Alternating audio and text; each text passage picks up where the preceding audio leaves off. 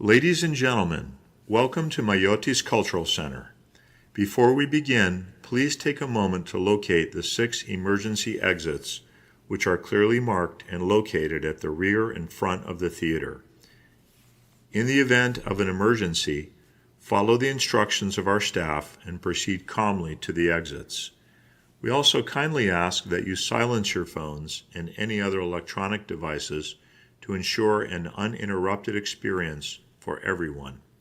The use of flash photography or video recording is not permitted.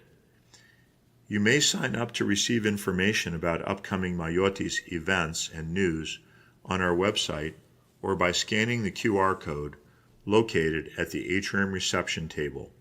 Thank you for your cooperation, and we hope you enjoy the event.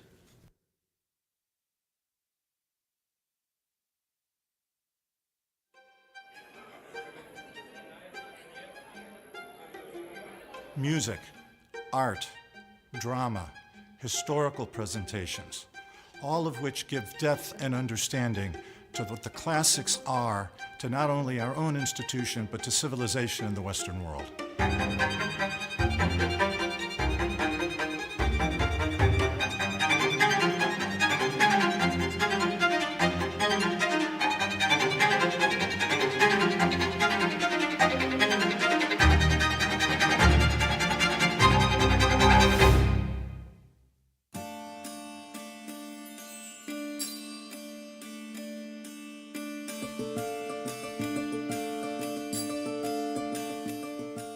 Built in the 1960s as a result of a contribution from Maria and Kostas Maliotis, the Maliotis Cultural Center was built with the mission of advancing Greek culture and language. It is Kostas and Mary's Maliotis' home. Under this home, the whole Homogenia is getting served with different kind of activities and events. 3 years ago, Hellenic College Holy Cross was able to regain control of the operations of the facility. We then commenced a very intentional 3 to 5 year plan to renovate the facility that had fallen into significant disrepair. The Maliotis Cultural Center is a beautiful 2-story building clad in all-white Pentelic marble, the same marble that was used on the Parthenon. The atrium is tall and spacious, yet welcoming. It is the perfect place to host an exhibit, a conference, or a lecture. With the seating capacity of 340, our theater can hold musical performances, Greek tragedies, conferences, seminars, and so much more. We're here in front of the brand new LED wall, which was one of the many major capital improvements we've made to this facility this past year, both externally and internally. We were then able to use the facility for our students in ways that it had not been used before. As a virtual student center, including its use as classrooms, a location for student events, a casual library, and actually even a cafeteria. The library is one of my favorite places at the Cultural Center. It's so cozy and warm. It has a great atmosphere. It's just a great place to grab a book or a cup of coffee and study, or hang out with friends. There's no place like it. Don't forget to stop by the Maliotis Cafeteria. It's like a little corner of Greece right here in Boston. I'm really excited seeing the center creating affiliations with local universities like Harvard, BU, BC Fletcher. It's amazing that we have been able to create affiliations with Benaki Museum and Gennadios Library. It's exciting for me to see so many people on a daily basis visit the facility, not just the students that are here on campus, as well as the faculty and staff. But every day there's an event, there's permanent exhibits here, there's ongoing activity, both as not only as a social area, but also important as a place of holding meetings, dances, all types of cultural events and activities. It's such a blessing and joy coming on the center on a daily basis. I feel like there is a purpose and ethos. The center is full of life from 8 o'clock in the morning until 10 p.m. in the evening. We have developed relationship with presenters both in New York and Athens to continue to grow and broaden our offerings. We truly need the full support of our entire community. We've only scratched the surface of how great this place can be as a vibrant Hellenic cultural center for not only us here in the community, but for all over the world. And so we're looking forward to people coming here, visiting us, really experiencing what truly makes us Hellenes. His Eminence, Archbishop Elpidophoros, refers to Maliotti Cultural Center as Κόμβος Ελληνισμού και Μελής Ορθοδοξίας, the center of Hellenism and Orthodoxy.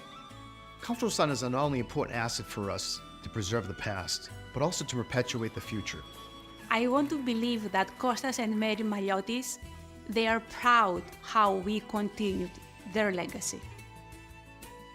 Our vision is to be seen as not only the cultural center of campus, or of Boston, or of New England, for that matter, but of the entire United States, to be the starting point of national tours. Our potential is endless.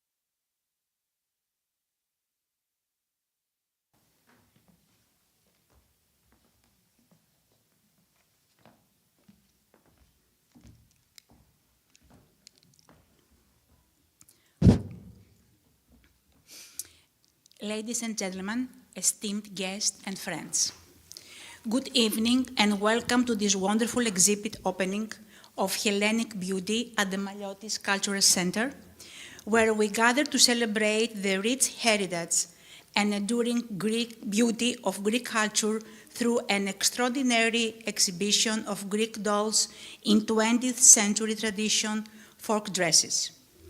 We are privileged to have a truly special individual with us, someone whose passion for preserving and sharing the stories of our traditions has left a lasting impact on the cultural landscape and whose support of Maliotti Cultural Center has been instrumental in our growth. It is my honor to introduce to you Dr. Diana Dimitroulias, and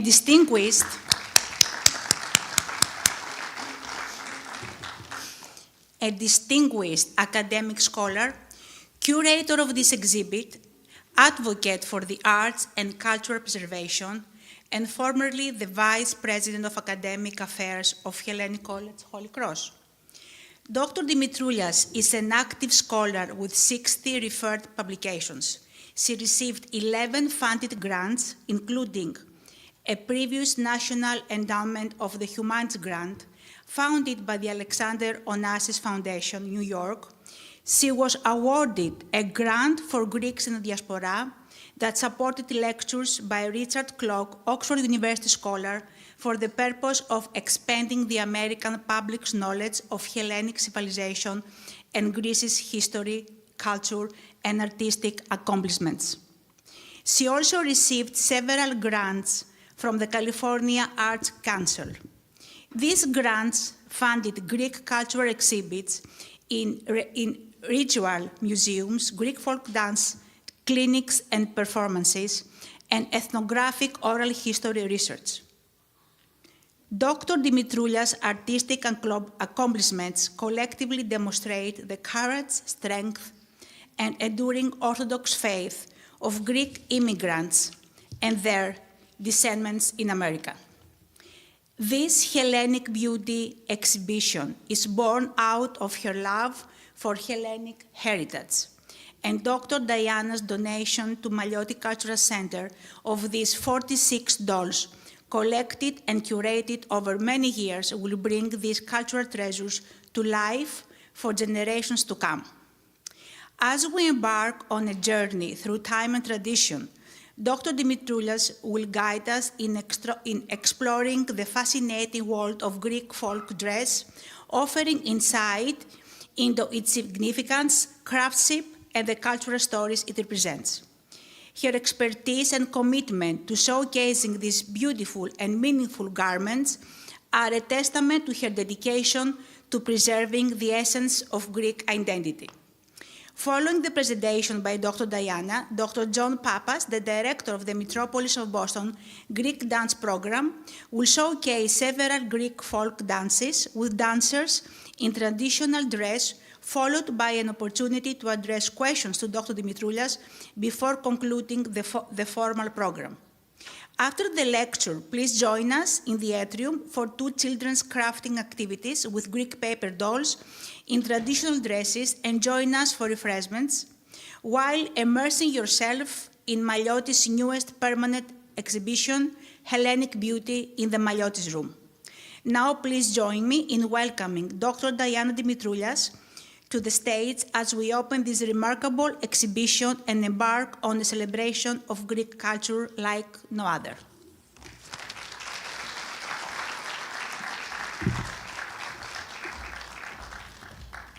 Good afternoon. Good afternoon. Thank you, Presbytera Chrysula, for that most gracious introduction.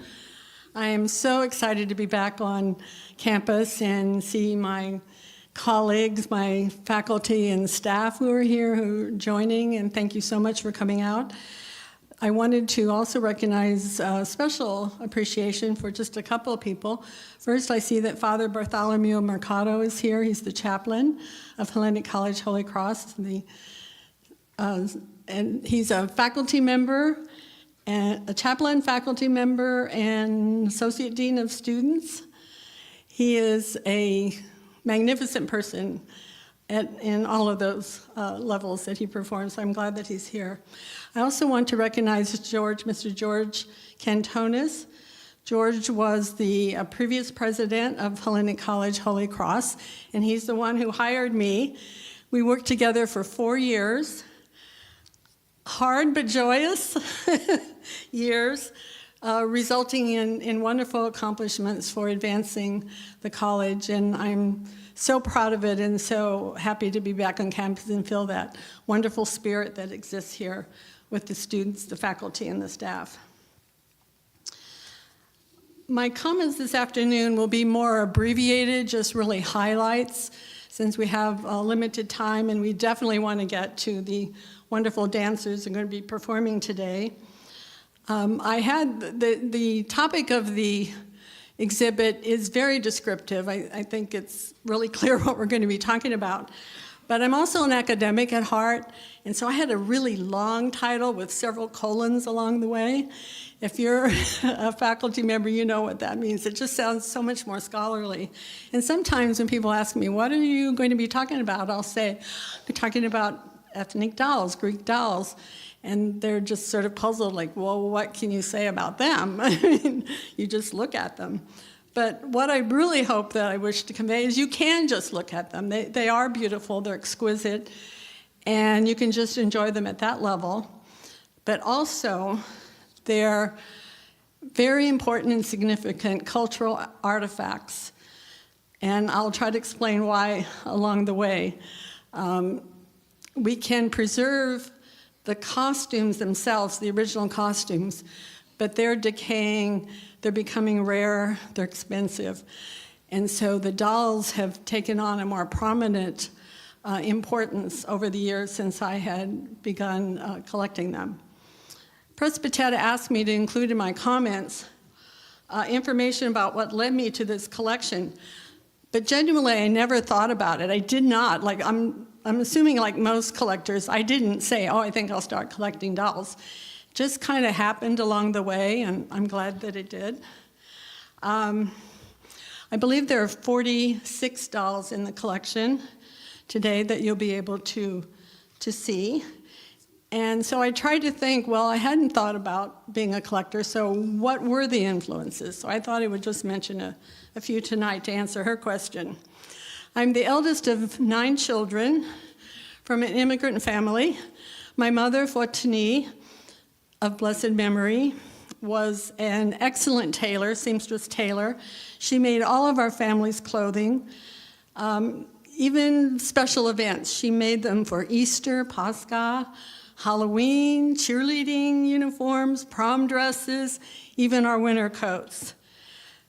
For my son and daughter, when they began doing Greek dancing, my mother completed all the intricate embroidery and roping and cording and all the things that go on the costumes. I mean, I could not do that in a million years. I don't know how to do any of that. So while she taught me to sew, I really, and I'm not talented as she is, I learned just to love the fabrics and the creativity, the innovation, and the precision that goes into sewing, and really enjoying the final product. And so that's part of what I enjoy about the dolls themselves. Also, another influence is I was the president of the dance group at the Annunciation Church in Modesto, California for several years. And the woman who was the executive director of the dance groups, Dina Stamos, who is known not only across the United States but across the world, was really the true expert and researcher of Greek folk dress, dance, and music. And one of the more elaborate dolls that you see in wedding dress here, Dina had gifted to me, and I cherish it, and it's precious. I hope that you'll take a look at that. Another influence, I guess, as I'm thinking back now, because it didn't occur to me at the time, but when we would travel to Greece, I would always go to the Benaki Museum, who has a gorgeous collection of ethnic dolls in traditional dress. And maybe somehow that seeped into my brain, I'm not really sure. But most importantly, I am a Greek American. I was born in the United States, and I am very interested in my heritage and the homeland of my grandparents who had immigrated to the United States in the early 1900s. So I think just a combination of all of those elements, it just became a natural thing for me to do. But my first doll was given to me by my sister, Victoria Mantzopoulos, and it was from Amalia. That's pretty common costume dress for many, many dolls. Most people probably have an Amalia. And I was fascinated by the authenticity of that, and that just kind of grew. People have also asked me, how do you find dolls? I would travel to Greece, different parts of Greece, the mainland, the Peloponnese, the islands, and I would just go digging around in antique stores or old stores or jewelry stores. I even found one of the dolls in a drugstore there, and I would always ask the shop owner if they had any in the back, because I figured those are going to be the dolls that are going to be older and more of the cloth faces and more of the authentic. And so that's what you do. When you're on a trip, we just drag my husband and my children around, and we look for dolls. The collection, as I mentioned, there are 46 here today, include both the hand-painted dolls with hand-painted faces, with wax faces, with porcelain faces. There's a variety of types of dolls. The older ones are really the ones that I treasure the most, but the newer ones, the more contemporary ones, are beautiful too. And I had sort of lost track of time because I know that many of my dolls are from the 1930s, and it just hit me, we're in 2025. That's almost 100 years ago. It just, I don't know why it smacked me in the face just recently, but it did. As I mentioned earlier, the beauty of the dolls is without question, but I thought we could talk a little bit about them as cultural artifacts and their significance as well. I should have also mentioned at the beginning, I probably switch between using the word costume and dress. There's a controversy for those who collect dolls or people who talk about dress, the actual dress. And it's mixed. Most of the books, and they're on display as well, do call them costumes. But some deplore this term and feel like it's very demeaning and they should actually be referred to as dress, folk clothing, or folk attire. So forgive me if I switch back and forth. I'm sort of used to the word costume. So when I first started collecting, as I mentioned, it was just collecting the dolls because they were beautiful, and the fabric and the jewelry and the ornamentation, the headpieces and so forth. But I did get a grant to do some ethnographic research about the dolls. And in doing so, it was important for me to try to find dolls from all over the mainland, Peloponnese, and the islands, and started looking at them, trying to authenticate them, trying to document them, where they came from, and represent the real diversity in Greece. I began to collect books, too, that were a resource for the documentation, and those are fascinating as well, and those have been donated. So in the United States, most costumes, most dress, folk costumes are used for performances or special events. And so in doing so, I'm hoping those will be resources because they really do show. Folk scholars have been very, very careful about documenting what the full costume looks like. But more importantly, it's what are the patterns, how are they cut, what are the fabrics, what are the type of fabrics that are used, what kind of embroidery do you need, what are the yarns, what's the color, what's the dyes that were traditional to those particular region. And also then you have the headpieces, as I mentioned, the accessories, the jewelry, the leggings, the shoes. It's really complex, and in those books, they try to help so that we can either go in the past and just enjoy the tradition, or if you're trying to recreate them, then you have a guidance and ways of doing so. I mentioned to a couple of people that in one of my grants for a colloquia, we were doing dance performances, and I borrowed a costume from Dina Stamos, whom I mentioned earlier. And it was, at that time, 100 years old, so it's probably about 120 years or so now. But it was from Macedonia, and it had a pleated skirt that was made out of wool, and it weighed 21 pounds. We weighed it on the what? Scale, thank you. I want to say, of course, on the scale. So if you count the 21 pounds and then you consider the layers that went with it, the chemise, the blouse, the pantaloons, the apron, and then you add the jewelry. It had a hugely heavy, large generally silver belt that weighed a lot too. I didn't weigh that one. And it had other ornamentation and multiple hair pieces that went on it. And I tried to dance in that. It was a lot of effort.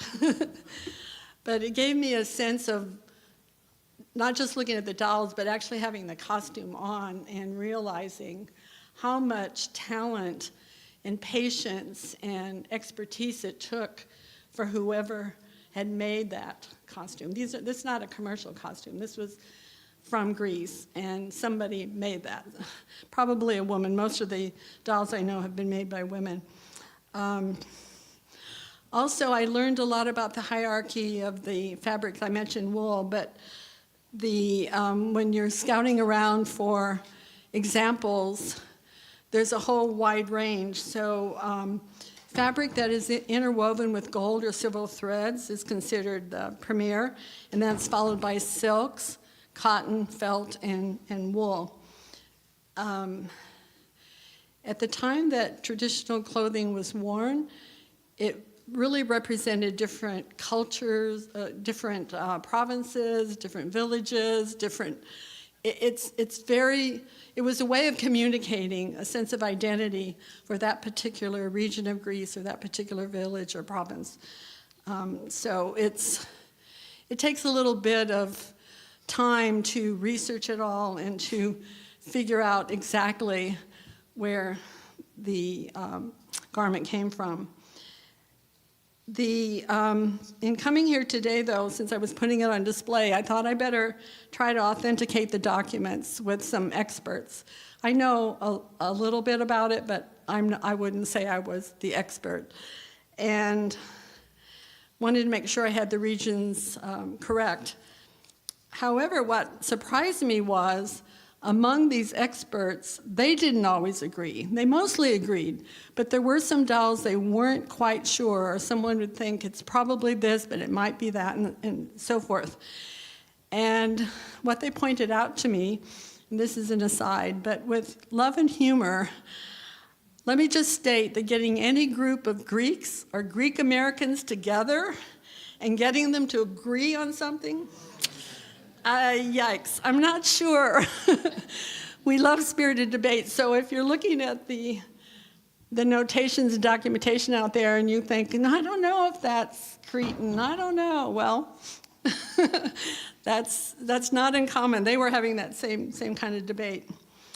So I asked them, why is it, so you're the experts, you judge, you go to competitions and you judge costumes and dress, and you've researched them your whole life. Why are there differences?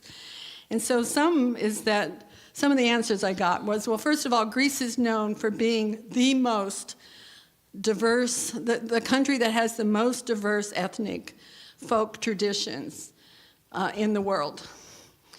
And they explained to me that Greece is subdivided into regional units, municipalities, towns, and villages. And people also move, they travel. So you might have somebody who was raised in a particular tradition in a village, got married, and moved to another. And so there could be variations that are being introduced. The Macedonia, as an example, because I was thinking, I had a lot of Macedonia dolls out there, I didn't realize that, has 11 regions and 47 villages with distinct differences or elements of the dress, dance, and music. So it's not just enough to say, well, this came from Greece. You sort of have to look at it. Also, the various cultures that have dominated Greece over the past years, such as the Venetians and the Ottomans in particular, the Byzantine Empire too, have influenced the clothing. And so you've seen subtle changes over time. So you might see a costume that was authentic for one period, but then you start seeing those influences and it's morphed. And so you have to account for that difference too. Also, what I've discovered in trying to collect is that there are many areas that have not been well researched or documented or illustrated. And so that would be a quest that I would like to be on. If I continue in this direction, I don't know if I'll be able to, but it's an area of open research for other folk lore researchers, people who are interested in this area. One of the other elements they explained to me was that, although that was apparent as a collector, is that social status makes a big difference when you're trying to authenticate the costume and where it came from. So if you're upper class, from a prominent family, you're an aristocrat, your costume, although it may be the same of somebody else's in a region, is going to look very different. It's going to have the higher quality of garment and more ornamentation and so forth. Also, life's events changes things. So you might have a dress that's being worn, but if you're engaged, there's something that's added to the garment that says you're engaged or soon to be engaged. And of course, the wedding dresses are different as well. But the daily attire is just more a simplified version of those. And then the issue of innovation. Women and men who sew tend to want to follow tradition because they're very proud of their region or they're proud of their village or whatever they're trying to depict. But they're also creative and innovative. And so they may use a unique textile, or they may change the embroidery design, or they may change the colors slightly, or the motifs that are being rearranged on the garment. And so that makes it a little bit more difficult to sort of pin it down. But it makes sense to me that you wouldn't want to just replicate exactly the same thing over and over again. Again, it depends on where they are in their life, but also in looking at references, the folk dress continued to be worn. Generally, it's agreed that folk dress continued to be worn longer in the rural areas than in the cities, and generally through the 1950s. It sort of seems to be the breaking point when you see a real decline in the costumes. I've also been asked, then, why don't you just preserve and exhibit the folk dress itself? Why are dolls becoming a cultural artifact rather than the actual garment? And I alluded to this earlier, that the preservation, finding them and the preservation of them is very, very expensive, especially for small museums, because they have to be climate controlled, and obviously garments decline over time if they're not taken care of. They can't be in the sunlight. You can't wash them. You have to be very, very careful. Also, had been a steady decline in the availability of garments, folk garments, as a result of World War II and then the Greek Civil War in particular, where they were destroyed. And those surviving ones were often relegated to back rooms or attics or closets or whatever, and just decayed over time so that they weren't able to be salvaged. The other element, which happens in all countries, is that the younger people were very influenced by American television and Hollywood, and no longer had that intense interest in those garments, and certainly wearing those garments, as did their mothers, their grandmothers, their fathers and grandfathers as well. I don't know this, but I read this in one of my resource books, that some, it was a tradition to bury a person in their bridal gown, the woman, and the men's bridal wear. And so I don't know how widespread that was. Maybe somebody knows more about that. But that would be another element that was explained to me that might suggest why there are so few really existing in terms of care. I did want to mention there's a book in there on the Doris Stratou. Doris Stratou was a choreographer and an actress who's very important in the preservation of Greek folk costume and dancing and music in Greece. And she founded the National Greek Dance Theater, and I looked on their web the other day, and they're just opening the 2025, so they're still performing. And I was going to ask John this earlier, but I didn't get a chance. I read that the dance group of the Boston Metropolis is the only group in North America certified by the Doris Stratou Greek Dance Theater. Is that correct? I can't see anybody, so. Yes, that is fabulous. How exciting. So we'll be looking at those beautiful costumes.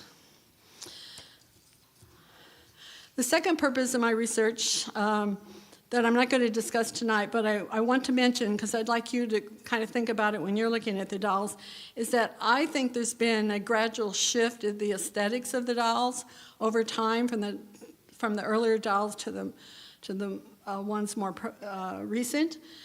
And I think it changed a little bit about the depiction of Greek. And I don't want to have a stereotype where all Greeks look the same. But my thesis is that it has shifted, at least by the artists who are making the dolls, over the past 50 years. I think, again, because of the powerful influence of media and the European and Western norms of what is beauty, particularly if you look at the body type itself, and you look at the facial structure, the nose shape and size. I could be wrong, but I'm pretty sure that there's a difference from the older dolls to the newer ones. I know the porcelain dolls that we have on display here that are replicas of the Benaki Museum ones are a little bit more stylized than the earlier ones.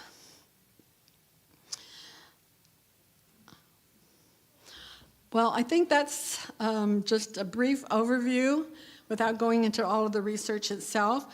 I hope that when you look at the dolls that you will agree that it captures the richness and the elegance of traditional Greek culture and are worthy for preservation and exhibition.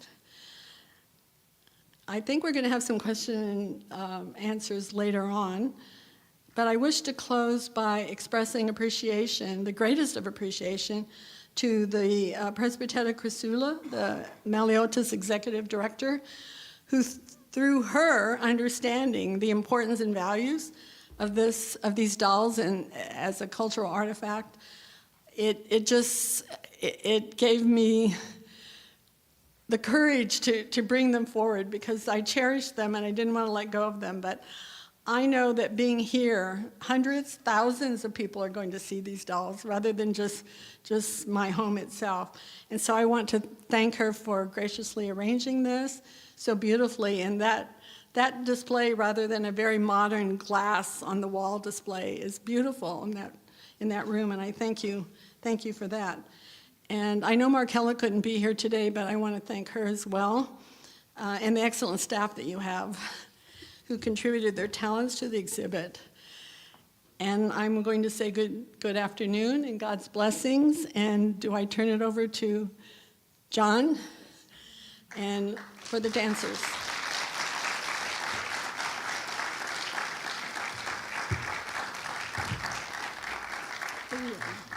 Thank you. Thank you. Thank you very much, Dr. Dimitroulia, for, first of all, a wonderful speech and very informative about the dolls that you have donated here to the Maliotis Cultural Center. And it's interesting you talked about costume, because I feel the same way. I mean, we have the dancers here. Those dancers are wearing costumes. They're not costumes. That's what they wore generally every day. And if they didn't wear that every day, they wore something nicer, but along the same lines. So some of the costumes you might see today are bridal costumes, but no matter what, they were not costumes. They were endimasias, clothing, dress. So the wonderful thing about folk dance is that it's a living history, because not only are they're dancing the history, the songs are history, and then they're wearing history too of our predecessors. So it's really important to actually put that all together. You might look at them and they're dancing Kalamatiano, but that Kalamatiano has lyrics and has some meaning behind it, and so don't the steps. Kalamatiano is a very old song, a very old dance, I should say. We have a great partnership here, collaboration with the Maliotis and Presbytera Chrysula specifically. She's a tremendous executive director of the Maliotio, and we are very lucky and fortunate. Thank you. Thank you. To have a great home here 2 nights a week. I also want to thank the Malioti staff for putting the doll event together for the kids later for the project that they're going to do. And then also I want to thank Evangelia Kostopoulou, who was also pivotal in the design of that concept for the dolls. I don't want to belabor the point too much, so I'm going to have the dancers perform today. The dancers are going to perform a small suite from Megara. You're going to see the first dance is Megaritikos. It's a sirto from Megara. The second dance is a man's dance. It's called Lulovikos, also known as Ludovikos, which Ludwig is the actual word. Ludovikos was a boat in the 1880s and 1890s that would take men from Megara and bring them to Germany and the US to go and work. So it's a very historical dance, bringing it back to, you know, the living history concept. And then you'll see an Ende Cristo from Megara, a couple's dance, a facing dance. And that dance in 9/8 is it shows the influence of the Asia Minor Greeks that moved there at some point throughout the time. Finally, we're going to end with Tsakonikos, a very particular dance from the Tsakonochoria region of Peloponneso. It symbolizes the labyrinth of the Minoans. And you will see that when the dancers perform that dance. And then finally, it's 5 days after Greek Independence Day. It's Greek Heritage Month, for all of you who don't know that. And so we're going to end the day with Tamiko and Kalmakino before we go out of the auditorium. So having said that, Kalidi Askedasi, I hope you guys enjoy the performance. Thank you.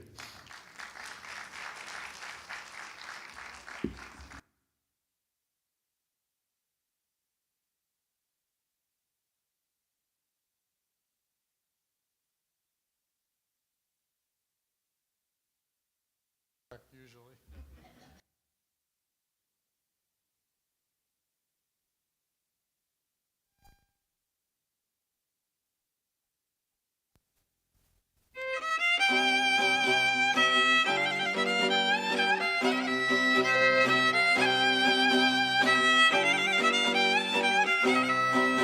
Είσαι άγγελος ωραίος, έχεις μάτια γάλανα.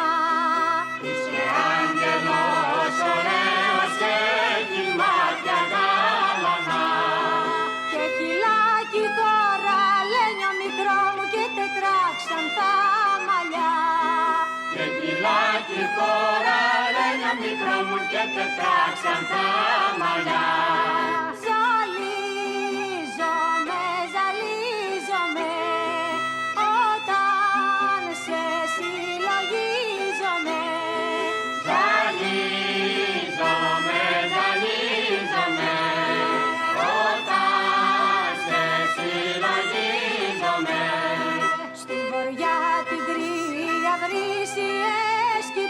Να πιω νερό. Στου βοριά την κρύα βρύση έσκυψα να πιω νερό. Και μου φάνει πως μου δώσαν μικρό μου τα χεράκια σου τα δυο. Και μου φάνει πως μου δώσαν μικρό μου τα χεράκια σου τα δυο.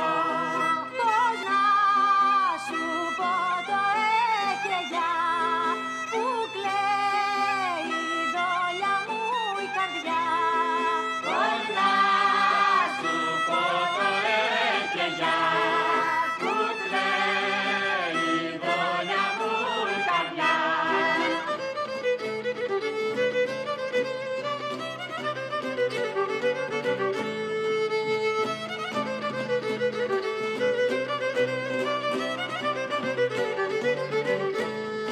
Ο λουλούδικος φεύγει, ο λουλούδικος φεύγει, ο λουλούδικος φεύγει, πίσω δεν έρχεται. Και εσείς μικρή μεγάλη, και εσείς μικρή μεγάλη, και εσείς μικρή μεγάλη, να τον προσέχετε.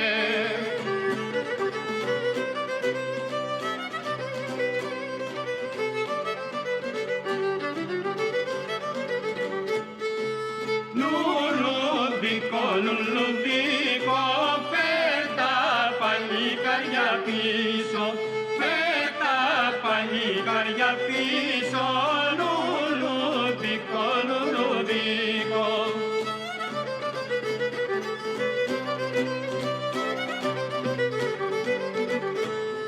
Εσύ μ' αυτή τη γνώμη, εσύ μ' αυτή τη γνώμη, εσύ μ' αυτή τη γνώμη κι εγώ μ' αυτό το νου. Να δούμε ποιος θα πέσει, να δούμε ποιος θα πέσει, να δούμε ποιος θα πέσει, μην επιδαλώνω.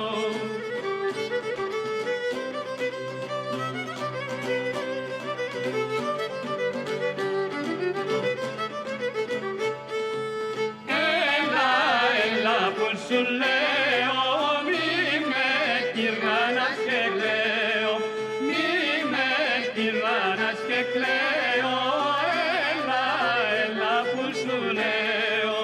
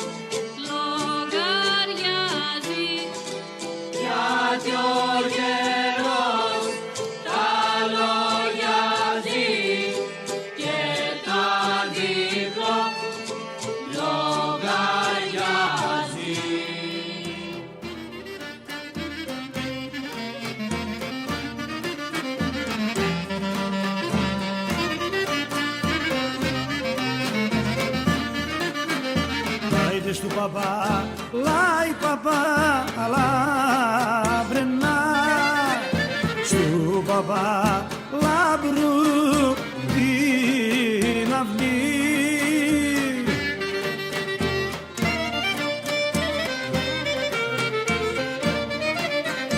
Κόσμος ήταν μαζεμένοι, παπά λαμπρένα καημένοι.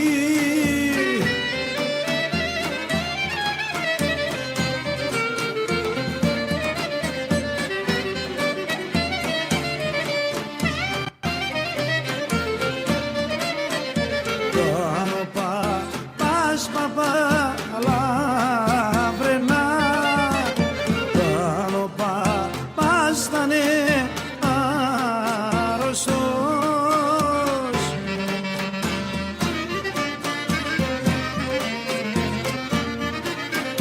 Κάνει παπαδιά πεθαίνει, παπά λαμπρένα καημένη.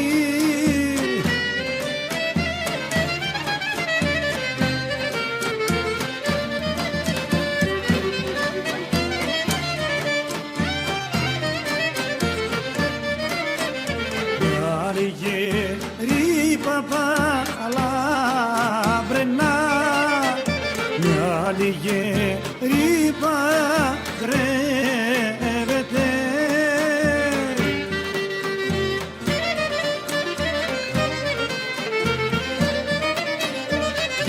Και παίρνει ένα λεβέντι, παπά λαμπρένα καημένη.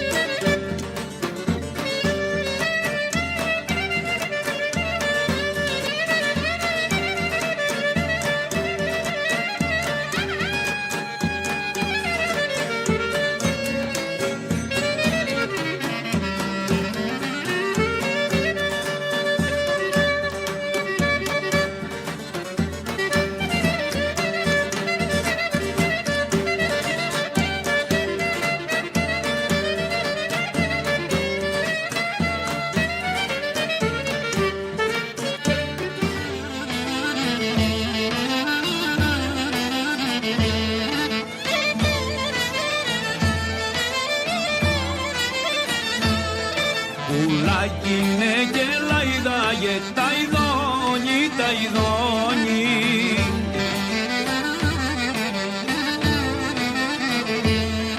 Τα ειδώνει, τα ειδωνάκι σε πέτρινα λονάκι.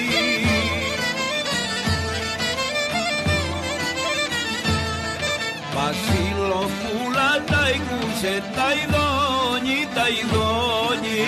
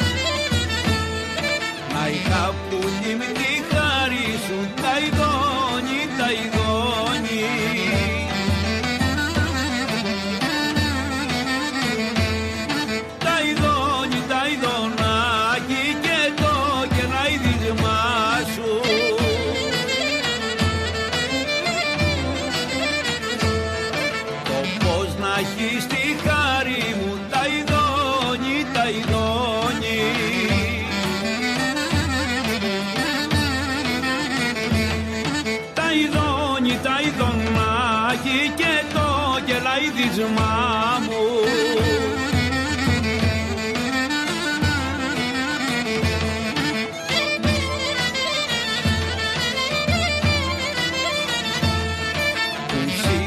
Χάσει το ψωμί, τα ειδώνει, τα ειδώνει.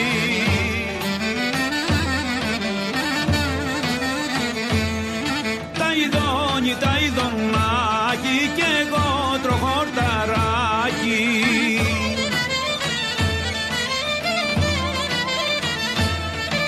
Εσύ πίνεις γλυκό κράσι, τα ειδώνει, τα ειδώνει.